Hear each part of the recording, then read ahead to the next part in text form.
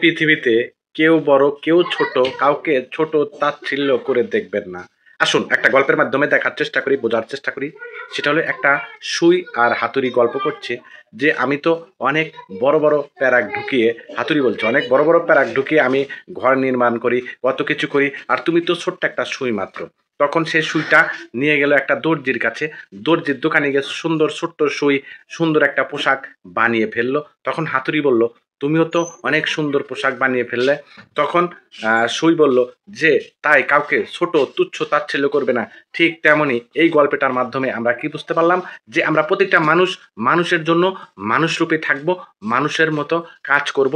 আমরা কেউ বড় ছোট হতে পারে, কিন্তু সকলের জায়গায় সকলের স্তরে সমান। এবং সর্বশেষ উদ্য হলো আমরা আশরাফুল মাখলুকাত, সৃষ্টির শ্রেষ্ঠ জীব, এই হিসাবে আমরা বাঁচবো। কাউকে ছোট তুচ্ছ তাচ্ছিল্য করিস না রে ভাই, করলে কিন্তু শেষ হয়ে যাবে রে ভাই। কাউকে ছোট তুচ্ছ তাচ্ছিল্য করা যাবে না।